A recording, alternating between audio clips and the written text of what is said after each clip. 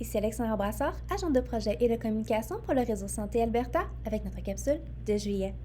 Donc, commençons avec des constances au RSA dans notre répertoire de professionnels de la santé sur notre site web. La ligne empathique TAO offrant des services d'écoute gratuits et sans jugement 24 heures sur 24, 7 jours sur 7 au 1-800-567-9699. Et une version vidéo de notre infolette sur notre chaîne YouTube RSA Santé Frappe.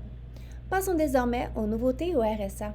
Tout d'abord, nous avons une nouvelle directrice générale qui s'appelle Marie-Claude Côté, qui remplace Paul Denis, qui lui passe à un nouveau poste de relations gouvernementales.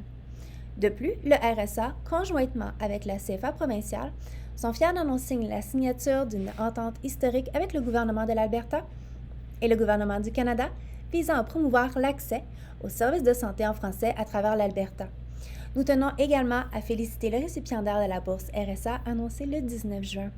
Via son fonds de dotation avec la Fondation franco-albertaine, le réseau Santé Alberta a offert une bourse de 700 $ pour une personne francophone ou francophile inscrite dans un programme en santé au campus Saint-Jean ou au centre collégial.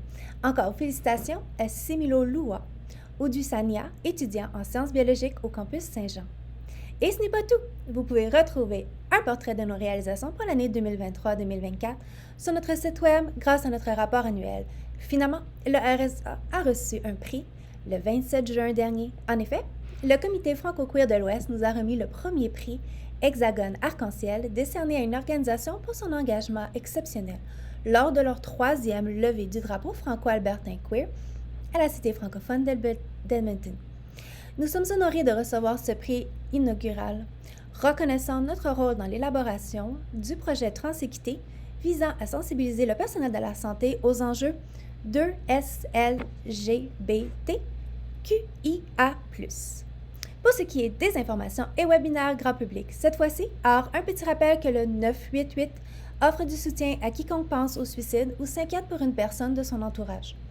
Vous pouvez appeler ou envoyer un texto au 988 pour recevoir de l'aide gratuite d'une intervenante ou d'un intervenant en français ou en anglais, sans jugement, 24 heures sur 24 et sans frais. De plus, l'Initiative pour l'accessibilité vous propose de rejoindre leurs alliés pour l'accessibilité à titre de bénévole d'envergure nationale. Formation et orientation offertes et date de clôture le 20 juillet 2024 pour vous inscrire. Pour conclure, découvrez le nouveau répertoire des services sociaux et de santé mentale en français développé par la CFA provinciale sur leur site web et visionnez le webinaire N4 sur les enseignements concernant toutes mes relations, les relations et les liens entre les Autochtones et les nouveaux arrivants. Les membres du Collège canadien des leaders en santé recevront 0,5 crédits de catégorie 2 pour regarder ce webinaire. N'oublions pas le groupe de soutien au prochain dan de la FAFA, le dernier lundi de chaque mois à 10h au Centre de santé communautaire Saint-Thomas, à Edmonton. Sur ce, retrouvez-nous sur Twitter à commercial RSA Alberta, Facebook Réseau Santé Alberta, Instagram RSA et LinkedIn Réseau Santé Albertain. Et pourquoi ne pas en profiter pour s'abonner à notre infolette mensuelle via notre site web réseausantéalbertain.ca. Sur ce, bon mois de juillet et nous nous retrouverons en août. Au revoir!